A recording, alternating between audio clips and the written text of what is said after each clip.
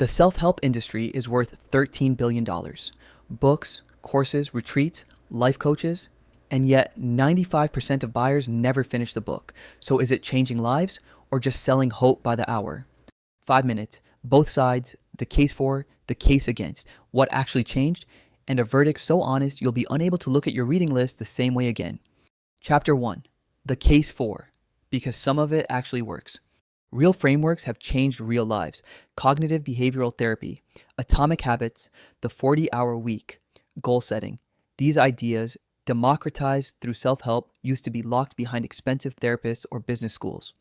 Stoicism, mindfulness, meditation, 2,000-year-old wisdom, repackaged into $10 paperbacks. For many young people, this is the first time anyone has explicitly taught them how to manage their own mind. Therapy costs $200 an hour. A self-help book costs $15. For people priced out of formal mental health care, a well-chosen book is the only intervention they can afford, and often it genuinely helps. The accountability effect is real. Reading a book about discipline, even if you only finish half of it, measurably shifts behavior for weeks. Self-help isn't all snake oil. Sometimes the placebo is the point. Chapter 2, the case against, because most of it is engineered to keep you broken. Here's the trick. A self-help industry only makes money if you stay unfixed. If a book cured you forever, you'd never buy the next one. So the business model is sell hope, deliver just enough to come back. Look at the math. The average self-help buyer purchases 18 books in 18 months. If any single one of them actually worked, they wouldn't need the next 17. The industry calls this a customer journey. It's just churn. Tony Robbins didn't make Tony Robbins rich by following Tony Robbins. He made it by selling Tony Robbins tickets. Most gurus' wealth comes from selling the dream, not from living the dream they sell. Manifest your wealth. Visualize your success. The secret.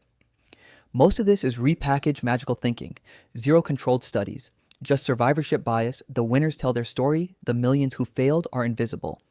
And the deepest grift, converting structural problems into personal ones. Burnt out, wages stagnant, housing unaffordable, buy this productivity course.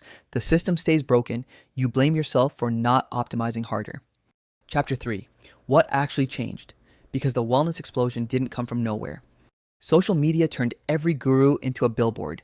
The barrier to becoming a coach dropped from a PhD to a ring light. Now anyone can call themselves an expert, and millions of insecure followers can find them in seconds. And the demand is real. Loneliness is up.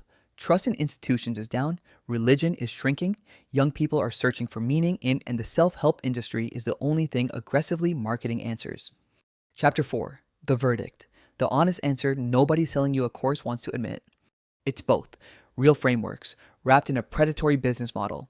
The wisdom inside the book might be valuable.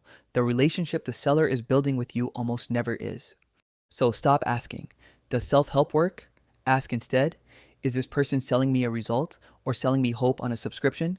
Because hope is renewable. Results are not. 3 rules. 1. Pay for the book, not the course. 2. Measure the change in 90 days. If your life isn't different, the framework isn't working.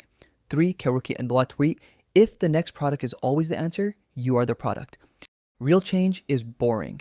Sleep more, move daily, read consistently. The frameworks that actually work fit on an index card. Anything that requires a $5,000 retreat to transmit is selling you a feeling, not a method. What's the self-help book that actually changed something and the one that scammed you? Drop both in the comments. The receipts are how we build a real filter. Subscribe. New question every week, honestly.